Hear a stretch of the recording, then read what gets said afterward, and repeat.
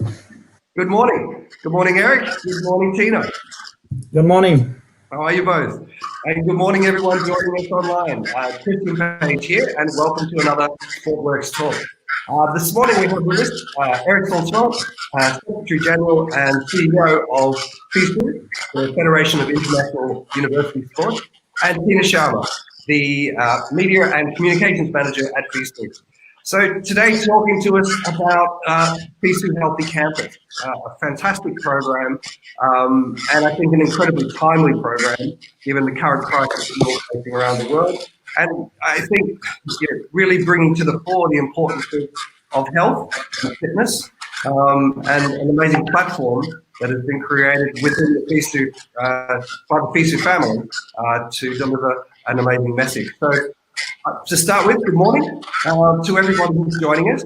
I'd like to say thank you for joining us, and if you can, say hello in the chat. We would love to know where you're from around the world, so please feel free to drop us a hello and just tell us where you're from.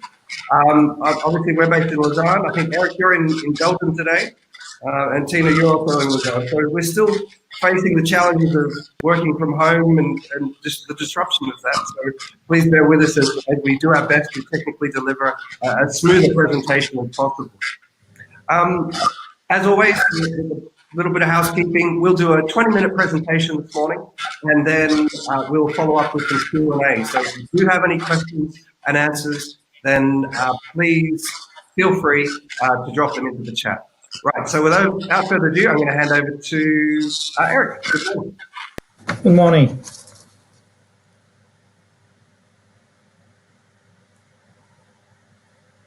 Good morning, everyone.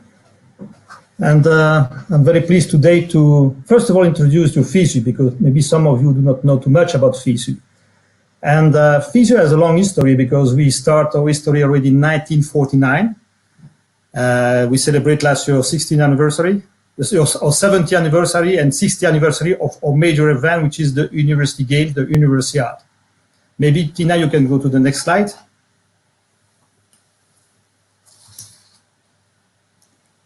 As I just mentioned, that FISU was born in 1949, but before FISU, we had already some university sports events organized all around the world. And the first games were organized actually in 1923 in Paris by the French Sports Association.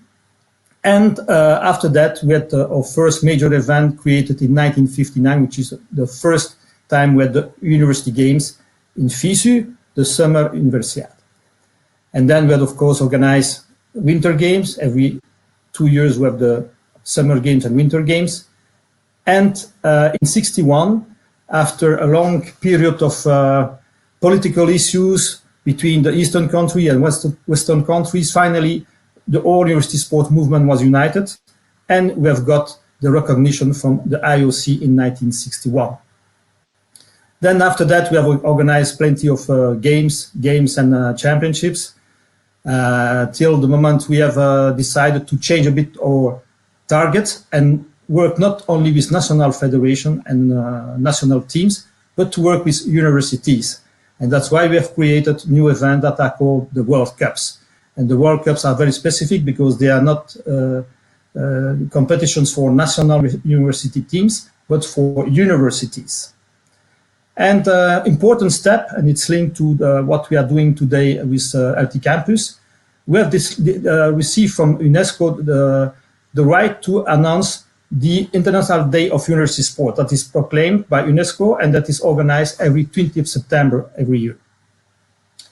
Now, of course, FISU has plenty of educational activities. I will go further with this. And I would like to say that today you can see that the FISU logo and the brand has been completely changed. We have now a new visual identity. And that's why you can see the new and the former brand of FISU on the slide. Next one. Coming back to our major event, we have, as I told you, all the even years, the games, winter and summer games. Last year we went to Krasnoyar, Russia, and Naples for the summer games. And during the even years, we have a program of more than 30 championships. Unfortunately, this year, as you know, due to the pandemic, we have already canceled all the events all the championships till 15th of September. And I have some fear that after the 15th of September, the other championship will be cancelled as well. Not because the people will not be able to organize, because we do hope that the pandemic will be over. But, the athletes cannot train. The campuses are closed.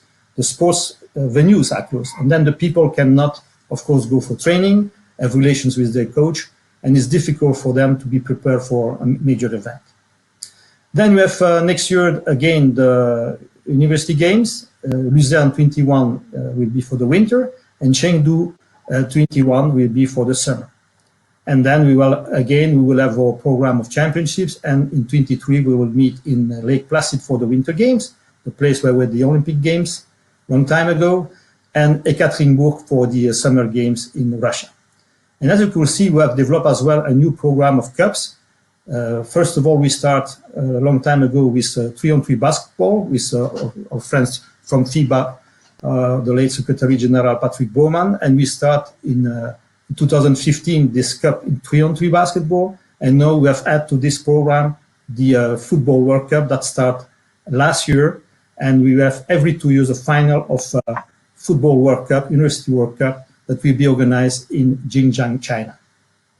This is for major events. Next slide. And as I told you, we have not only sports activities, but we do have as well educational program.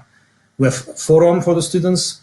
We have FISU World Conferences for open to everyone. We do have, of course, as well a special program for the young people and for the students, which are from one side the FISU Volunteer Leader Academy, which is a program to train the volunteers, but not the volunteers, the people that will train the volunteers, the people that will teach the volunteers. Then we have an ambassador program to bring the young generation on board in FISU activities and to ask them to promote FISU all around the world and in the particular country. We do have, of course, as I mentioned, the International Day of University Sport that is celebrated everywhere in the world on the 20th of September. And a very important program is the FISU Young Reporter program, where we train 12 young journalists to participate in our games, and not only to assist to the games, but as well to work and to be very active during the university games. Next slide. All right, so Eric, here I come in, and we start talking about today's main topic, which is the FISU Healthy Campus project, which we launched recently on the 12th of May. So let me start by asking you, where did the concept of the Healthy Campus project come from? Why did FISU think about extending its activities and its reach to university students that are far beyond just the small community of elite athletes? Yes, you are right. But the idea of Healthy Campus started already a long time ago. I will say in 2011, 2012. We were at that time the president from France, Claude-Louis Gallien, professor medicine. And we decided to organize an event that was more linked to the, not to competition sports, but to sports for all. And our main idea has been to show what they were doing on the campus in Lausanne, and to show to the population in Lausanne what the students were doing on the campus. Because sometimes they believe that the students are just going to the course and celebrate on the Friday night until the Sunday night. But actually this event was called Lausanne in Motion, and we brought the activities of the campuses, first the one from Lausanne to the city of Lausanne. I mean, we organized a big festival in front of the lake. And after that, other universities of Switzerland joined us in the program as well. And it was just a program to promote the activities that are organized on the campus for the students. We are not talking about competition sport. We didn't add volleyball games or basketball games. We had just activities that were a bit more funny. And all the students were participating, just repeating what they were doing on the campus.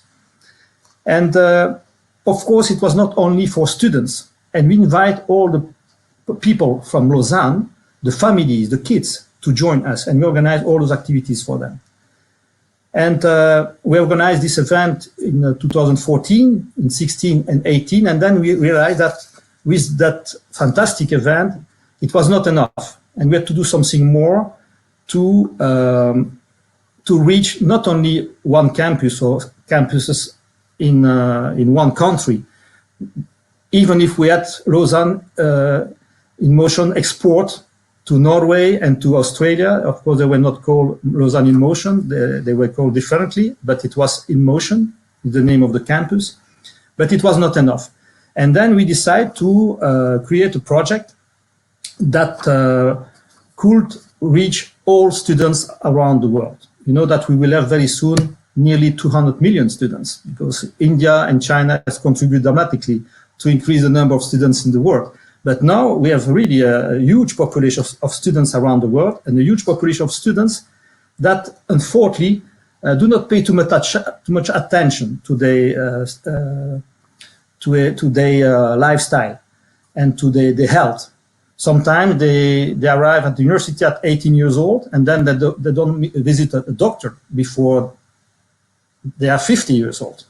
They don't make blood testing. They don't even pay attention to their behavior in terms of smoking and drinking and so on. Then we try to find a way to educate, because the university is there to educate, but not only to educate with sciences, mathematics, philosophy. It's also important to educate the people with healthy lifestyle. And then we have therefore created this program together with the CSS, which is the Centre de Sport et Santé of the University of Lausanne, a very active center on the campus, and together with students from the University of Lausanne. And one of them is still working for us as an employee, Amandine, and she did a great job with us to promote this project. And therefore we have created this concept. And it was, I must say, and if you look at the next slides, it was part of the social responsibility. You can move to the next directly. Social responsibility of FISU, because if you look at this pyramid, FISU is at the top, but not reaching so many people. And we mentioned 20 to 40,000 people every cycle. We have, of course, Continental Federation organizing events as well, but it remained for competitions and high-level sports. Then you have a national federation organizing national championships. Then you have universities organizing competition between faculties and so on, but still it's competition. But then for the mass sport, more you go down in the pyramid, more you can see that there is more and more people that could be, of course, involved in those activities. And the mass sport is important, and that's what we want to develop.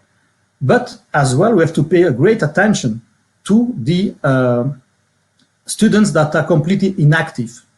And we have a huge number of students that are completely inactive. I just mentioned a number. In my university in Lausanne, that's not my university, but it's where we have the FISU headquarters, more than 25%, it's an estimation, are not active at all. Means that we have to pay great attention to those students as well. Maybe we can go to the next slide. Yes, Eric, what I would propose is before we move on to the details of the project and exactly how it's being rolled out and what universities need to do, what is the value they gain from it, let's just show all of those who've joined us today a little overview of what exactly the FISU Healthy Campus project is about.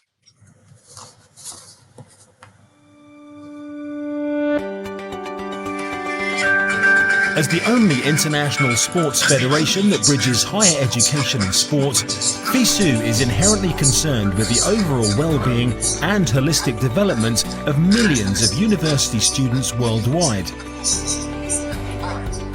This sense of responsibility has led to the development of a unique and far-reaching project, the FISU Healthy Campus label, that aims to enhance active lifestyles and well-being on campuses around the world. University campuses are the best place to learn good habits for life, and this is where FISU comes in. The FISU Healthy Campus label guides and rewards universities that encourage a healthy way of life on their campus. A bespoke online platform allows universities to share their knowledge and best practices with other participating universities. Based on criteria developed by leading global experts, universities are evaluated across 7 domains, such as physical activity and sport, nutrition, disease prevention, mental and social health, risk behaviour, environment, sustainability and social responsibility, and management of Healthy Campus. As a university registers on the Healthy Campus platform, they receive a carefully crafted set of guidelines and a toolkit for implementation of the project over a span of 2 years. These are the starting blocks, or Step 1. Step 2 comes 9 months later when universities submit a self-assessment. At Step 3, the university receives a first evaluation report that includes counsel for improvement. At 11 months comes the all-important 4th step, when the university submits a revised self-assessment. The first-year cycle concludes with Step 5, as the university is certified with the Healthy Campus label. Now is the time to keep up the good work, or if necessary to improve it. The processes of evaluation and reports repeat once again in the 2nd year. At the end of 24 months, all 9 steps are complete, and the university either maintains or improves its standards. It will be classified with one of 5 possible labels: certified, bronze, silver, gold or platinum. Log on to www.fisuhealthycampus.sport to find out more and benefit from an international network of shared knowledge and best practices that will help you obtain your FISU Healthy Campus label.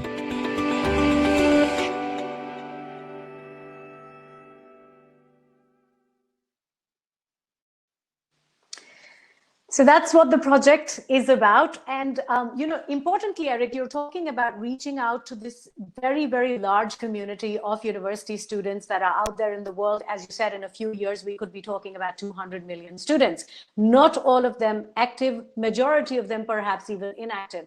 So in terms of the numbers that FISU is trying to reach with this project, how realistic is it to think that in maybe 2-5 years from now, we will actually be reaching out to millions of university students?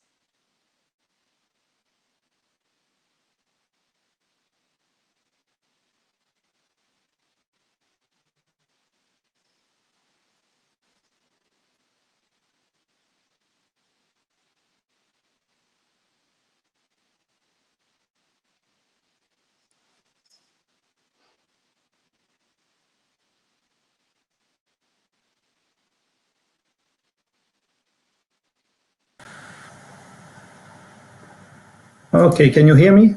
Yes, we can hear you. Sorry, I have a cut in my internet connection. How many students, it's realistic to say that we will contact. I must say that even if we reach 1% of the students in the world, you can imagine the number of students it will reach. And I believe that if, having seen the reaction of the universities today, we opened the program on May 12th, and today we have already more than 25 universities registered in less than 10 days, 10 open days.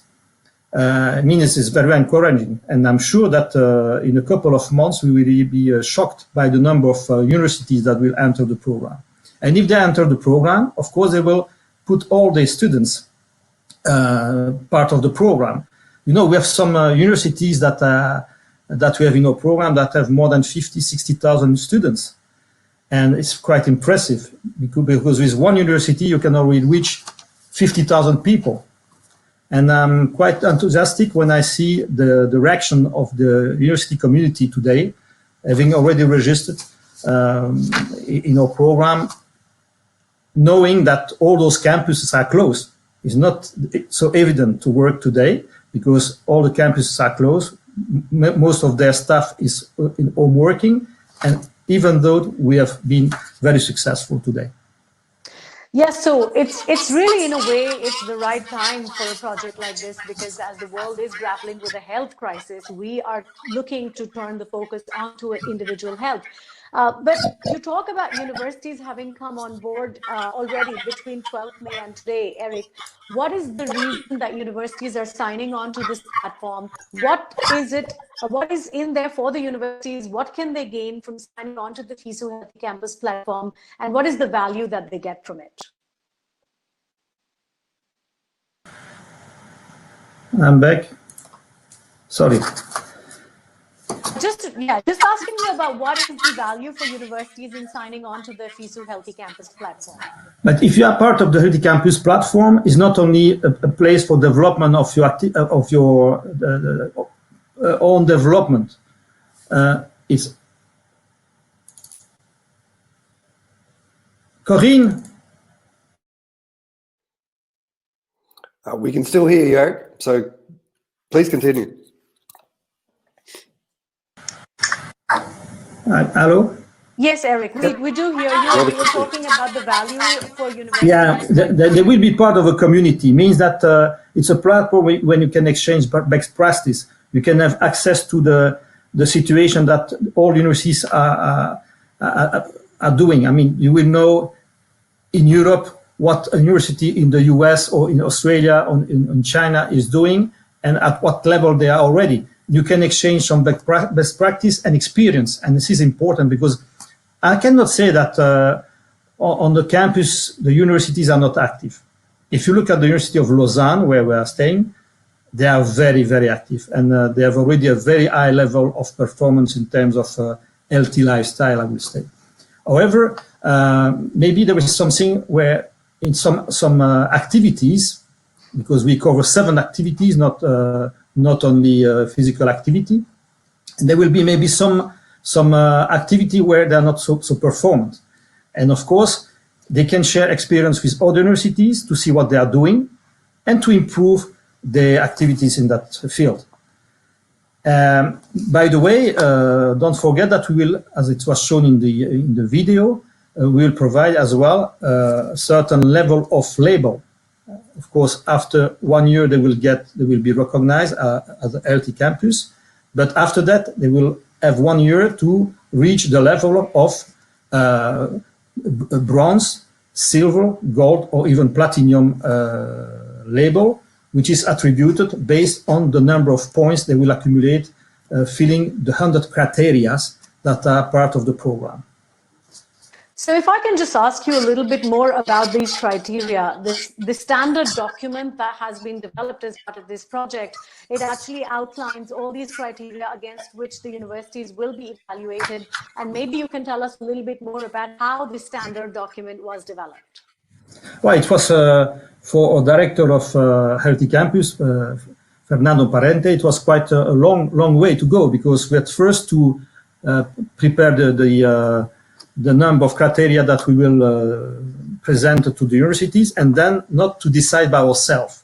And that's why we have involved 30 experts from all around the world to help us to develop and to prepare the list of criteria that will have to be filled by the universities.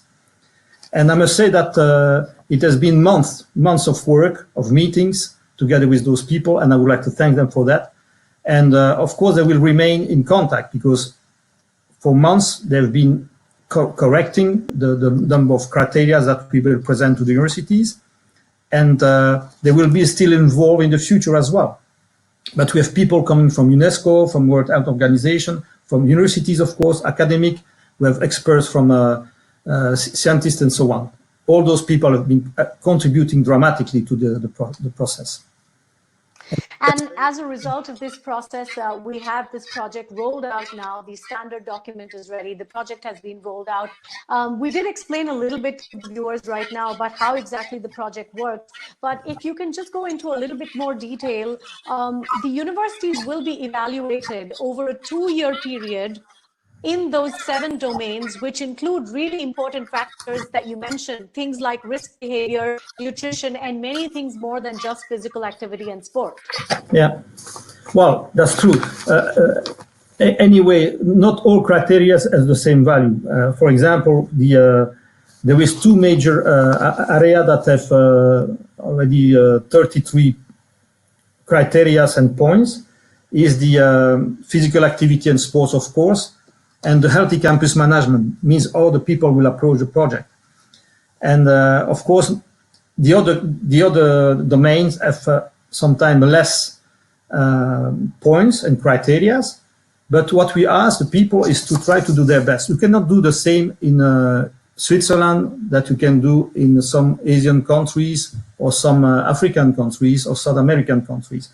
But that's why we have put those 4 levels of certification to make sure that everyone can start to work and progress in this program, and not leaving people away from the project.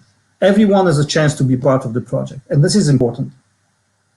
And now we have, of course, start with 7 pilot universities. We have covered the world with the University of Johannesburg in South Africa, of course, Lausanne and Torino universities, because those are 2 partners of FISU. Then La Matanza in Argentina, the Peking University, and of course, we had one important university in Moscow, and the University of Western Australia, that is also part of the pilot project. And those universities have contributed dramatically as well in the elaboration of the project. And we would like to thank them as well. Eric, now looking ahead, now that the project has rolled out and universities have started coming on board, what would you say is your ultimate objective with this project? And let's say 5 years from now, or 3 years from now, where would you want to be able to look back and say, yes, we managed to achieve what we set out to do with this project?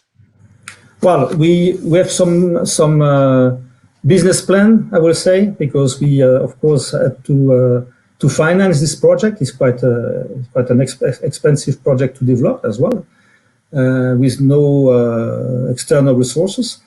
And we do hope that in a couple of years we could get minimum 5 to 10,000, between 5 to 10,000 universities part of the program. And that will be, of course, an issue for Fiji, because then we will need a huge number of human resources to manage this, because as you could see, it's important to have a good follow-up of their program. And if we have 5,000 universities that you have to follow, of course, it's different than when you have 174 national university sports federation to help. And well, we will see, but we have a plan to adapt, of course, ourselves. But very soon, as you can see, in less than 10 days, more than 25 universities. And let's be optimistic. It's a program that is so interesting for the administration of the campus and the president of universities, that I'm sure that they'll all jump on it. Because first of all, it's not expensive. We of course we ask for a small fee, but which is very low. And the main purpose of this is really to create a network. And this network will generate himself the enthusiasm for the project.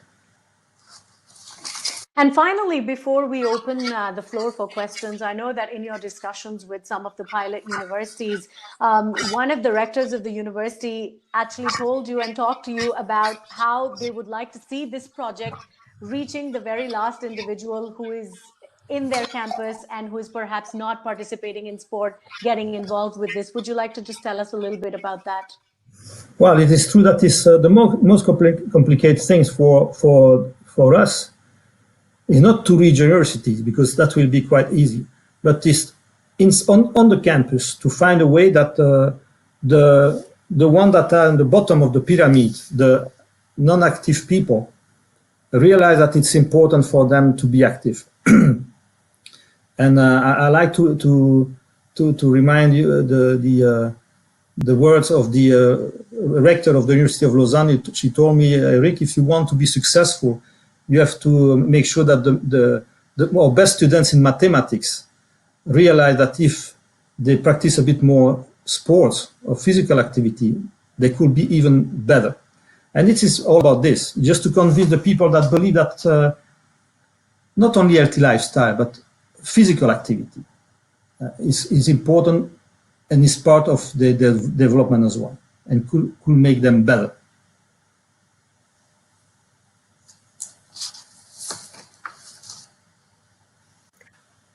Well, what can I say? Thank you, Eric, and thank you, Tina, for a great presentation.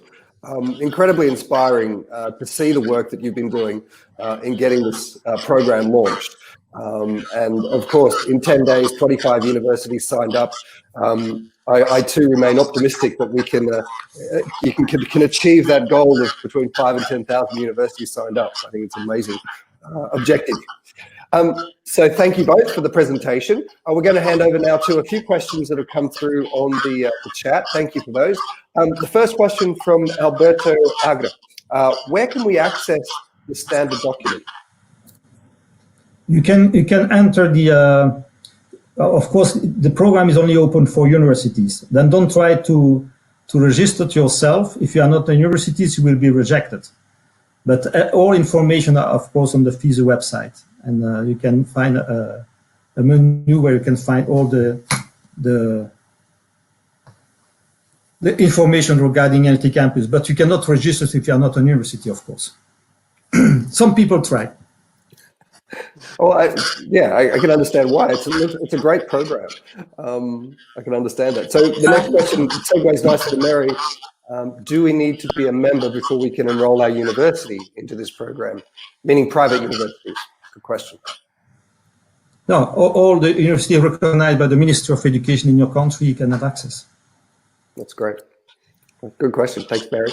Another question here from Rena Chevalier. How do you plan to promote this project for all around the world? Well, you see the lady on the screen is the best communicator in the world. Now, we of course will use all the platforms that are available for us. We are very active on the social media and so on, but we have also the database of all universities around the world, and we are starting to be in contact with all universities directly. Yep. Yes, if I can just add to that. So really twofold in terms of our communication strategy for this project. The first one being our 174 national member federations. They are our most important tool and our most important partner in terms of communication. The universities of the country are often members of the National University Sports Federation. So they have a direct communication and direct channel with the universities of their own country. And we like to think that the information filters down through our member federations to their member universities. So that's one. And then secondly, as Eric said, we are now beginning a process of communicating directly with the universities that have been involved with FISU events and FISU projects in the past. So we are starting direct one-on-one communication with the universities, and that's the area we're looking to strengthen over the next couple of years. And we start as well a project with the city where we have the games or championship, because of course now we're in contact with Lausanne, we are in contact with Ekaterinburg has already jumped on the project. All those universities will be the first ambassador of the project as well. Talking about the National University Sports Federation, of course, all the universities are members of our national federation, but not all. And our National University Sports Federation have different structure and format, means that sometimes they organize activities, but they're not always in a very, very close communication with the universities. Yeah, I think from a sport worker perspective, and I'd say for the participants and the community of people who work in sport, it's great to have the opportunity to learn about the program, because I know from the events delivery perspective, quite often we don't hear about these programs. We're very focused on the event, we're very focused on the sport. However, to have the opportunity to learn about these programs certainly will help also in the promotion. So thank you for coming and sharing with us today. Another couple of questions here. We've got a few more minutes. Another question from Norasila. Just know how much is the fees charged for a university to join the program? I don't know if it's confidential or not, but it's not very high. Okay, so that's something they can follow up online and drop you an email. Instruction from my director to know if it's been open, but it's really very low. Well, you can log on to www.fisuhealthycampus.sport, and all this information is available there. Great. We've got a great comment here from... Actually, there is two fees. The first year, the fee is about €1,000. And the second year, as we have an audit of a review, and we have to use experts to review the situation, is twice more. But we're not talking about it. It's much less than many other congress and events that are organized in the world of sports. Gosh, yeah, no, that's very reasonable. So thank you for sharing that. That's great. Great comment here from Phil Schroer, and it was a nice segue. We've touched on this topic of healthy cities and the importance of health in general. And Phil's saying here, the physical activity is known to improve cognitive development, memory, creativity. How much importance has been put by Healthy Campus on mental diseases, as physical activity is also known to be a great prevention and treatment for a number of mental diseases? It's a great question. Thanks, Phil. It's a very good question, because it was also a subject of discussion I had with my people in my university in Lausanne. The rector is very much concerned about this, because the stress is a very important issue for all students. Not only about the personal, I believe that not only because the studies themselves, but because all the tools that they are using close next to the normal tools that are the computers. You know, the digital world now has created also a huge stress. And it is clear that even today, in Lausanne, they've started to make some survey among the students to know how they were reacting and how they were facing the stress. And it is clear that in the future it will be an important criteria that we will have to evaluate. And it's an important part of our program as well.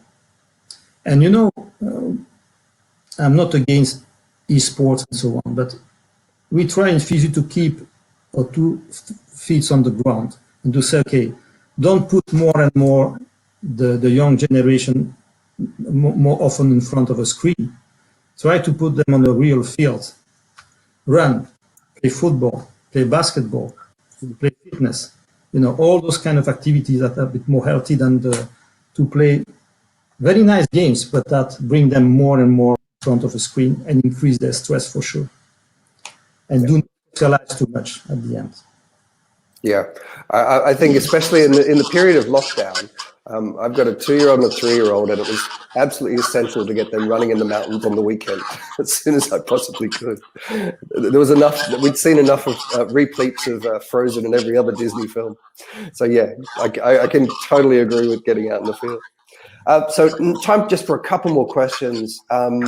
So good question here from Laura Maria Tilda. I was wondering, how do you plan to measure the possible increase of physical activity levels, especially among the inactive students? Well, that's the role of the universities. Already today, on the campus on Lausanne, they have good statistics. Of course, the statistics are a bit. They are using the number of sports cars that the students have received or acquired, and also they measure the number of participants for each activities. But individually, we will have also some tools. For example, we will develop these tools through a mobile phone to see how many people are following the activities that we will launch on the different campuses. But we did this once after the games in Kazan. It was part of the legacy program. They fortunately evaluate before the games the number of people that were practicing sports in the city.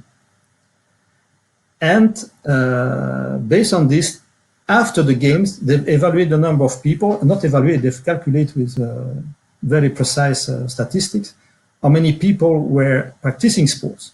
And it was amazing, more than 30% more. Wow.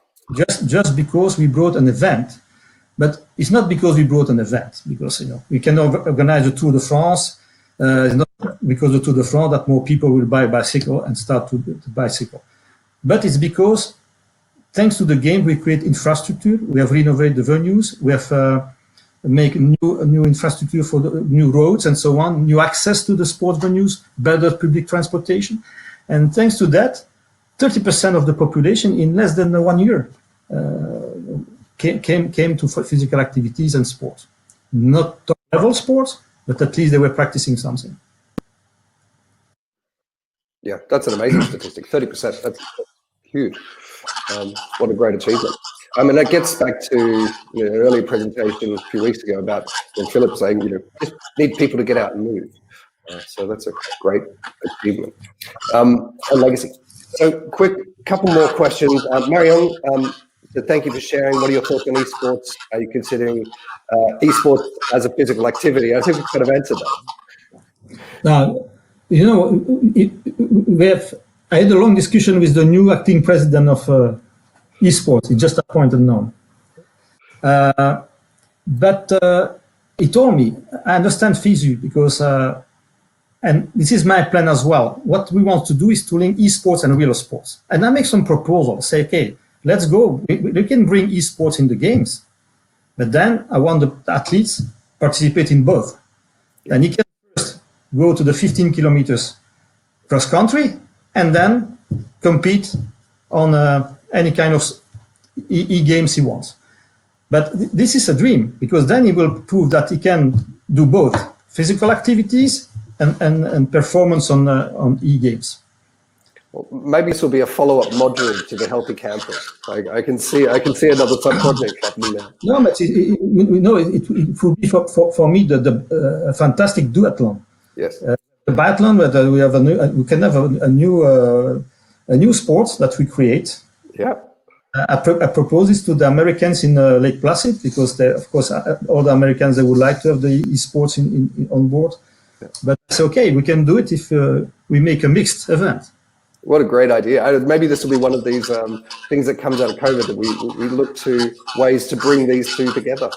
Yeah, exactly. Great. To merge the two athletes, the virtual one and the real one. Like it. I really like it. Okay, so thank you all for your questions. I'm just going to finish up with one more. So one here from, sorry, my mispronunciation, Gergely. How can an international sports federation participate in this project with promoting the message of this initiative, for example? Well, we, of course, FISU is partner with more than 60 international federations, and we have informed of international federation. We have of course make also presentation to all partners. Like a few months ago, I was in the Congress of AIPS with Johnny Merlo, and we present the project as well.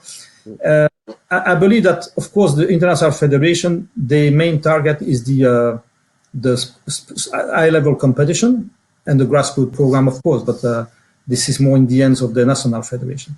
But we can at least use them as a tool to promote, just to give them a chance to understand the project properly. And I believe that all my colleagues from the International Federation are very much, and certainly today, willing to promote the healthy lifestyle of the people. Because if you want to be a top athlete, you have to have a healthy lifestyle. It is clear. But we have a good relation with them. And of course, now we're in the process of development, and our main target now today is, of course, the universities, through, of course, our National University Sport Federation, and through some organizations that are very supportive as well, and that I have to mention, the World Health Organization, UNESCO. Those are really two partners that will be important for us in the future. And it's not new, because we have created the Healthy Campus project as I explained already a couple of years ago. And it was more or less at the same time United Nations create this Sustainable Development Goal 2030, and we are part of this. We are part of this project, and we are part of the project of course the World Health Organization related to Global Action Plan on physical activity, and the one from lately in 2017 of the Kazan Action Plan. We are all part of this big project that is above sports event. This is really something that is part of the social responsibility of FISU, because we want to give a chance to the the universities to develop educational program not only linked to education itself, but to health and well-being of the young students. Don't forget that those students will be the leaders tomorrow. And those are the ones that will take the decision as politicians, head of big companies. And we have to protect them. Yep. Fantastic. Well, on that note, a fantastic presentation, wonderful program. So grateful that you had the opportunity and the time to come and share it with us today. So thank you to all our participants for joining us from around the world as well. Thank you for your great questions and your participation. We will go back and answer all of the questions and share them on the sportworker.com forum. So Tina, thank you very much for joining us and supporting the hosting. And Eric, great to see you. Thank you so much for joining us today. Thank you, Christian. Thank you, Tina. Thank you. Great. Stay safe, stay healthy, and see you all very soon. Bye-bye. Bye-bye.